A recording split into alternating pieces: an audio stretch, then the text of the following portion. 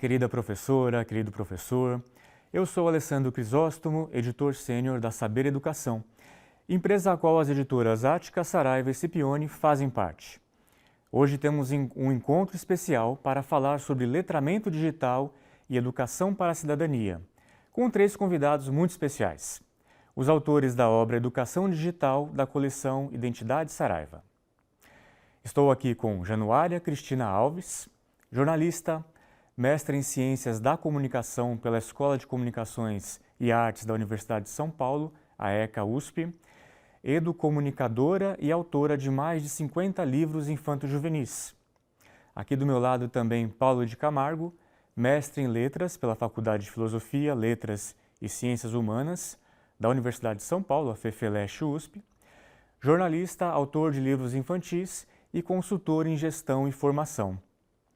E Vitor Vicente, mestre em Comunicação e Cultura pela Universidade Federal do Rio de Janeiro, a UFRJ, jornalista, gerente de Educomunicação no Instituto Vero e coordenador de Comunicação e Difusão do Conhecimento no Brazilian Institute of Data Science, BIOS, sediado na Universidade Estadual de Campinas, Unicamp, São Paulo. Sejam muito bem-vindos. Vamos começar o nosso papo com uma pergunta essencial. O que é letramento digital? Então eu vou jogar algumas perguntas aqui no ar, vocês fiquem à vontade para entrar, para sair, para complementar o colega. Eu queria começar com essa pergunta: o que é letramento digital e por que esse termo é tão importante para os estudantes hoje em dia no ensino médio? Qual que é a discussão em torno desse conceito, que a gente já falou que não é um consenso? Então eu queria que vocês falassem um pouquinho sobre isso. Olha, obrigado pela pergunta, prazer estar aqui com vocês. Eu acho que quando a gente pensa em educação digital e educação midiática, a gente está falando de um universo de competências e habilidades que são fundamentais para não só a nova geração que está se formando, mas também para adultos, né? Para a educação de todos nós, assim.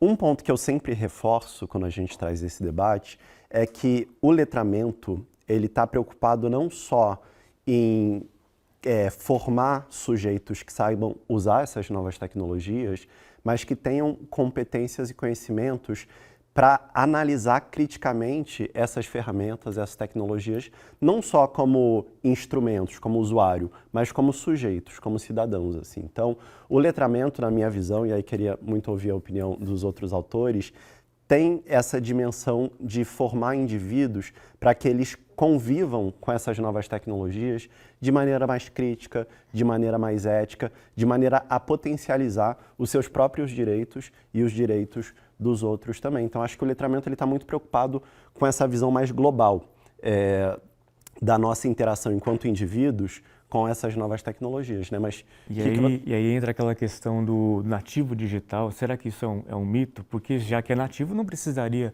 teoricamente, de um letramento. O que vocês acham sobre isso? Eu acho que a ideia do letramento ela é boa porque ela dá uma imagem do que vem a ser essa nova forma de participação no mundo mediada pelo digital. Mas eu acho que a gente deve compreender a ideia de letramento muito menos como uma forma de se apropriar de linguagens e mais como uma forma de inserção e de participação e de intervenção no mundo em que a gente está, né? E isso é uma coisa que todos precisamos fazer. A ideia do nativo digital é falsa porque ela pressupõe que, pelo fato de ter nascido já no contexto digital, no tempo da internet, os jovens de hoje já nascem sabendo o que é participar desse mundo assim. Isso é muito falso, porque participar do mundo da tecnologia não é saber apertar botão, acessar aplicativos, se comunicar, usar funcionalidades. É justamente entender onde é que você foi parar, né? O que você está fazendo, né? Quais as consequências do que você está fazendo, quais são as possibilidades que são muito maiores do que aquela que está ali no uso imediato e como também você adotar uma posição que é crítica em relação àquele mundo em que você está participando, né? O nativo digital dá a ideia de que a pessoa está plenamente consciente do que ela está fazendo, mas ninguém está. Por isso que a gente usa letramento, mas eu acho que talvez pensar, como é o tema do livro do PNLD, né, na educação digital, é sobre como você participar conscientemente como autor, como protagonista, num ambiente completamente novo, com significados novos, com possibilidades novas e com riscos novos, dos quais todos estamos mais ou menos no mesmo pé. E eu percebi, você quer complementar? Depois eu trago uma outra questão aqui. Eu acho que o termo, né, letramento digital, alfabetização midiática e informacional, que é o termo que a Unesco usa, né, são termos que foram sendo atualizados par em par com a própria tecnologia, né? Então a gente tem que pensar que hoje em dia é impossível que qualquer cidadão não seja impactado pelo universo digital. Né? Mesmo quem está, sei lá no Monte Himalaia, sem celular, sem nada, está sendo impactado pelo que ocorre no mundo digital, se a gente pensar nas mudanças climáticas, por exemplo, né, que estão sendo impactadas o tempo todo pela desinformação. Então não há mais essa separação. E por conta disso, não é só alfabetizar, né? É exatamente educar, que é uma visão mais ampla, que é exatamente conversar, dialogar com esse universo digital, pensando como é que a gente se relaciona com ele, como esse universo impacta a nossa vida cotidiana, né? Como as informações que predominantemente hoje circulam no universo digital impactam as nossas decisões. E dentro dessa noção de educação integral, inclui-se a questão do digital, que faz parte da vida contemporânea, né? Sem dúvida, já se fala num termo que significa phygital, ou seja, o mundo físico e o digital são um só. Uma coisa só. Então a gente tem que educar para que a gente possa trafegar e principalmente, né, como disse o Paulo, ser incluído.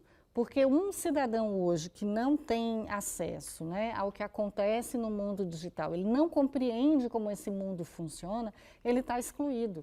Né? Então é profundamente ligado à ideia de cidadania digital também. E eu percebi na obra de vocês que tem essa abordagem crítica, essa abordagem reflexiva, que, por exemplo, um professor de sociologia se daria muito bem, de filosofia também, mas de outras áreas, de tentar trazer o viés da reflexão, do que é a crítica, do que é a ética, como lidar de maneira responsável com as mídias e redes digitais.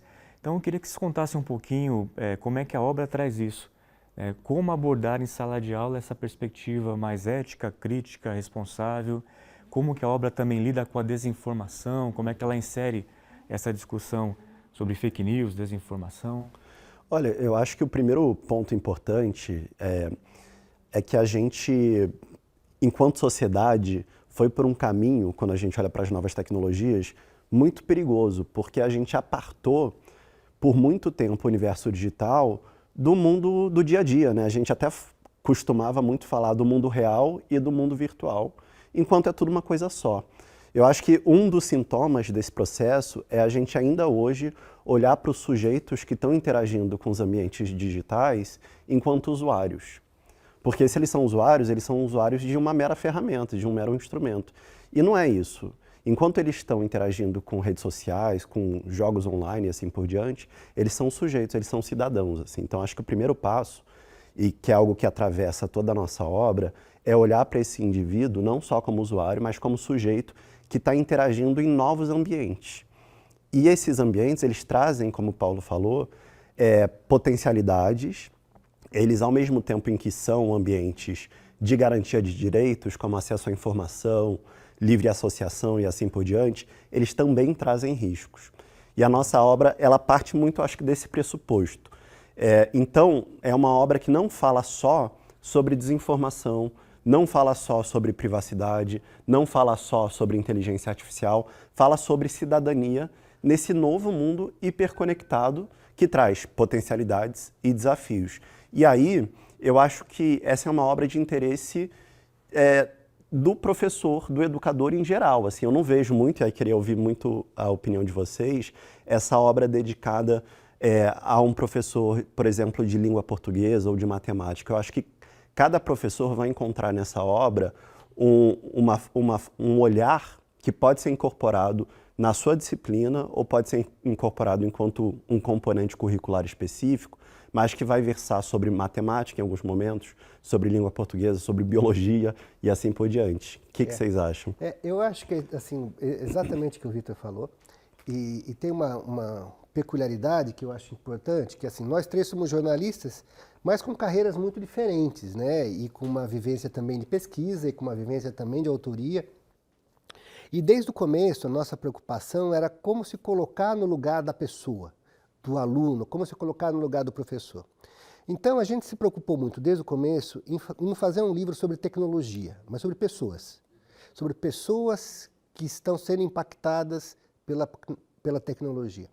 Da mesma forma que a gente não está fazendo um livro sobre pensamento computacional, que está presente em todas as suas linhas, mas é sobre pensamento crítico, sobre como você é agente, como você é uma pessoa plena, integral, dentro de uma ideia de cidadania e de garantia de direitos, como o Vitor lembrou, como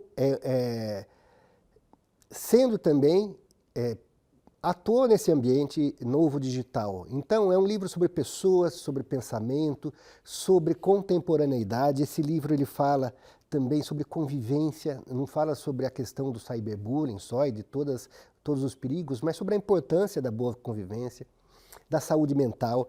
A gente fala também, na verdade, sobre a ideia de que nós estamos vivendo entre utopias e distopias, né? Hoje ficou uma ideia muito pesada de um mundo distópico onde as coisas estão fadadas a dar errado, né? E a nossa ideia, a nossa postura, que é um tempo de nova compreensão. A gente precisa compreender o que está acontecendo, sobretudo, e, se apropriando das ferramentas, construir um mundo melhor. A gente vai ser o autor das utopias, como será também o autor das distopias. Ninguém aqui vai ser vítima pura e simples de nada, né? Então a gente tem uma participação nisso. A gente pensa no aluno individual, mas pensa sobretudo na sociedade. A gente pensa no professor como um professor de uma disciplina ou daquela escola, mas como um educador da sociedade. Então eu acho que a nossa preocupação com o livro foi dar pegar pela mão mesmo, para a gente pensar juntos. E sobretudo, né, eu acho que esse livro nos lembra que a escola ainda é o lugar onde a vida acontece. O Celestin Freinet, nos anos 20, resolveu levar o jornal para a sala de aula porque ele achou que era observando o jornal, lendo o jornal, fazendo o jornal com as crianças daquela época, que ele poderia discutir o que estava acontecendo. Então, quando a gente coloca... Talvez ele traria as redes sociais hoje em dia. Né? Quando a gente coloca um livro sobre educação digital, a gente está trazendo a vida para a sala de aula. E, nesse sentido, a vida acontece nas mais diferentes disciplinas, né? E a escola ainda é o lugar privilegiado, né, de se educar para o que acontece no mundo, para o que nos atravessa, para as nossas experiências. Então, assim, o livro foi muito pensado, né, e elaborado para que essas experiências pudessem ter um lugar conectadas, obviamente, ao projeto pedagógico da escola, do professor, da disciplina, porque é assim que as coisas são ensinadas e aprendidas, né? É na vivência, na experiência do cotidiano. Então, assim, ele é um livro muito didático nesse sentido, porque a gente oferece os temas, as reflexões, mas oferece também as sugestões práticas, a maneira que o professor pode chegar com esse assunto em sala de aula. E, obviamente, a gente conta com o professor que só ele vai saber fazer acontecer esses conteúdos na sua sala de aula, né? Então, nesse sentido, é um livro muito dialógico. A gente espera que o professor faça acontecer a partir das sugestões que a gente elaborou para ele. E chama muita atenção na obra o caráter interdisciplinar, o caráter também de contextualização do que está acontecendo no mundo hoje em dia e que a formação de vocês também colabora para isso, né? Uma formação em comunicação, em jornalismo, que tem uma visão um pouco mais ampla e conectada com o que acontece na sociedade. E aí você tocou sobre a questão didática, eu queria ouvir um pouquinho sobre isso também, projetos, né? Se existem projetos propostos ali na obra, falando sobre produção de conteúdo, só que numa proposta mais significativa, mais que o estudante não só produza conteúdo, mas também saiba a intencionalidade daquilo. Como é que vocês lidam com essa metodologia ativa de projeto, de produção de conteúdo, de colocar o aluno como protagonista? Perfeito. Eu acho que em cada capítulo a gente tem uma seção voltada para um elemento mais prático, né, de produção projetual, e cada unidade também ela tem no início uma proposta de projeto e um fechamento voltado para projeto. E aí a gente está olhando para muitas coisas diferentes. A gente olha para produção de vídeos, produção de podcast, produção de zine, né, aquelas revistas e assim por diante. Então, acho que isso atravessa muito a nossa preocupação na obra sobre como a gente pode proporcionar e contribuir para reflexões no ambiente escolar, mas como essas reflexões elas podem se desdobrar em ação, né, em modos de agir em relação às novas tecnologias. E aí, só dando um passo atrás muito rápido, acho que esse é um momento super importante para a gente discutir isso, porque a gente tem todo um debate no Brasil que foi muito puxado pelo Rio de Janeiro, né, mas agora a nível federal foi adotado também, que é a questão da restrição do celular no ambiente escolar. A gente sabe que isso foi o grande tópico de conversa, né? Tem tudo a ver com o que a gente está conversando aqui. Nos últimos meses, e todo o debate puxado pelo MEC sobre isso, ele desembocou não só na restrição, mas também em uma recomendação, que na verdade é mais que uma recomendação, né? Uma obrigação de que as escolas devem implementar currículos voltados para a educação digital e educação midiática no contexto escolar. E aparentemente há um conflito aí, né? Eu não sei se há um conflito, mas há uma preocupação de que se o celular ele tem que estar na escola, ele tem que estar na escola numa perspectiva de um uso intencional do celular enquanto um dispositivo pedagógico, assim.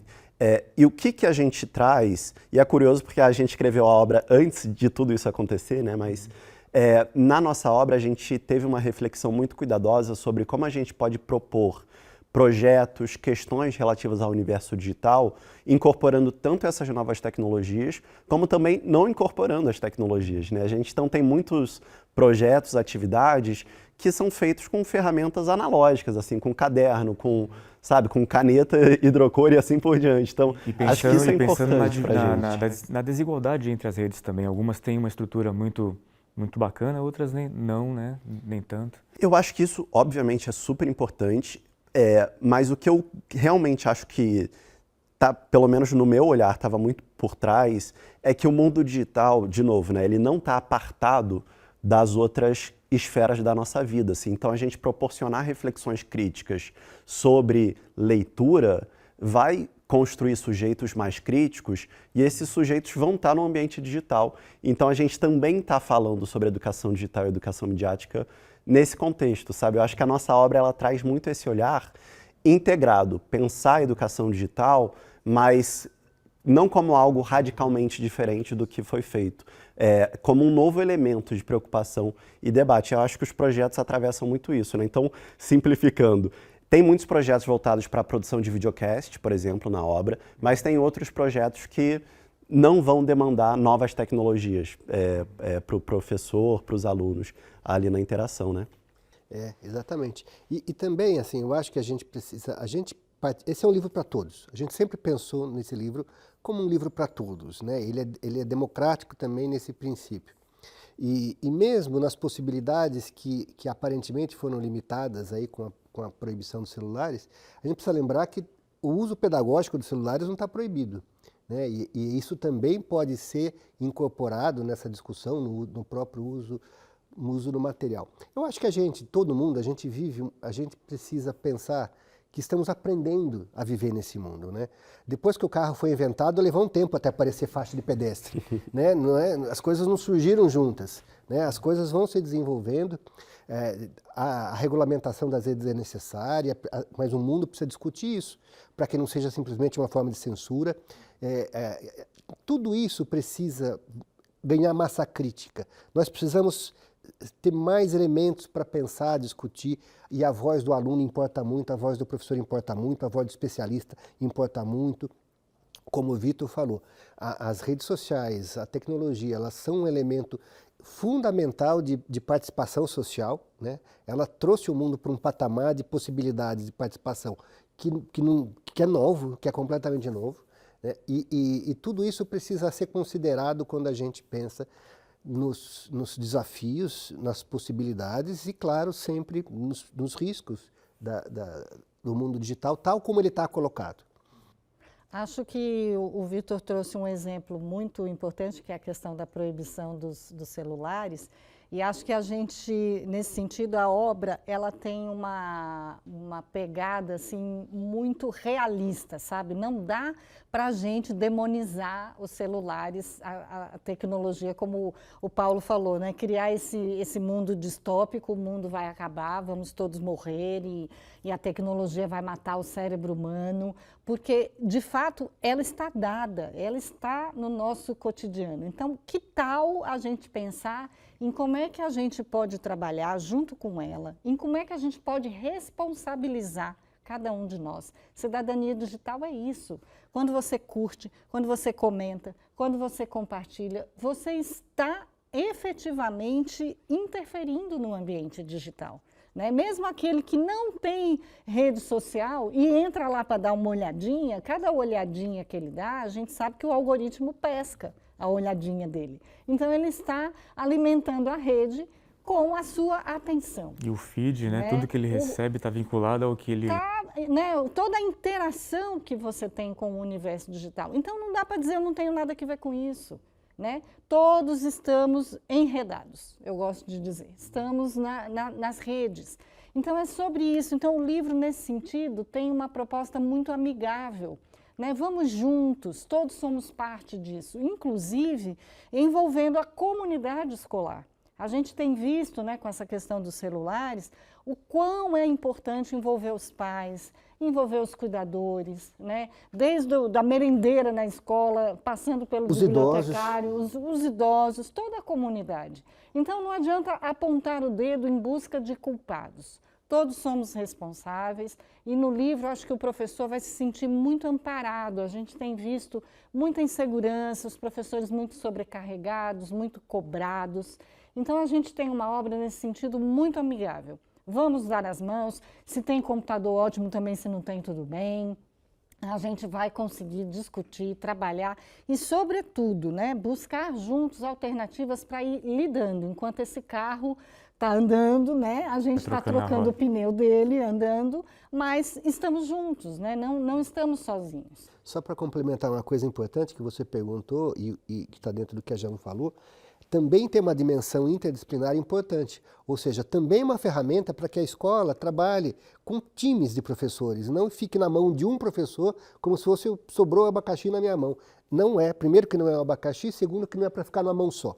Né? Eu acho que é uma coisa institucional que a escola precisa abarcar. Pode envolver o professor de matemática, tem muita coisa de história bacana no livro, sobre a história da linguagem, sobre a história da internet, sobre a história do uso da comunicação. Tem muita coisa que tem a ver com matemática, tem muita coisa que tem a ver com geografia, fala de globalização, fala de temas, penetra todo o currículo, o coração do currículo do ensino médio. Então, é um livro da escola, não é daquele professor. Perfeito. Só para complementar também, eu acho que é importante reforçar sempre que o livro e pensar a educação digital não demanda uso de celular e uso de computadores. E para o professor que está interessado nessa temática e quer explorar isso, ou gestor, é importante entender também que, e existe muito essa percepção de que o aluno, ele entende muito bem dessas novas tecnologias e aí o professor, isso traz uma insegurança para o educador.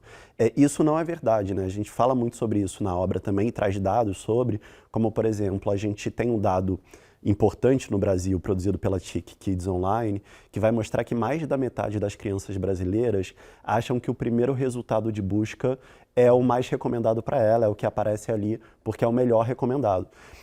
E não é, ele está aparecendo ali porque tem toda uma arquitetura de algoritmos que vai filtrar aquilo de acordo... Vai impulsionar aquilo. Né? Então, essa percepção que é majoritária no público infanto-juvenil brasileiro é uma percepção equivocada e que eu acho que é uma das percepções equivocadas dentre muitas outras que a gente poderia explorar aqui. Então, e se bobear não só de crianças, mas também de adultos, né, e idosos, né? Mas existe essa percepção do educador que o aluno às vezes sabe mais, então não quero entrar nisso. Isso não é verdade, assim. Então, o que eu acho que o livro traz é muito esse apoio para o educador que quer explorar esse tema, e ele, lendo a obra, vai perceber que não é um mundo radicalmente diferente do que ele já trabalhava, assim. Eu acho que tem elementos novos, mas é muito fácil e importante, assim, incorporar essa outra lente para o projeto pedagógico que ele já traz no dia a dia. Então, Vitor, eu vou pegar o gancho dessa sua fala, que é talvez a pergunta derradeira e final da nossa conversa, sobre qual a mensagem que a gente pode mandar para esse professor, para essa professora, que se vê diante realmente de um desafio, que vê esses alunos, estudantes tecnológicos ou aparentemente dominando toda essa cultura, e se sente esse desafio, sente essa dificuldade de lidar com redes sociais, de lidar com publicações, inteligência artificial, tecnologia de uma maneira geral. O que a gente pode falar para esse professor, para essa professora que nos assiste agora? Para deixar eles um pouco mais confiantes, talvez. Ou com algo para pensar a respeito disso. Eu acho que eu reforço a minha fala anterior, né? Vocês não estão sozinhos, né? Nós somos uma comunidade de pensadores, de educadores, sobretudo, né, uma comunidade de cidadãos em busca de maneiras diversas, criativas, originais, né, para aproveitar o que é bom também da tecnologia. São muitos desafios, mas também são muitas oportunidades.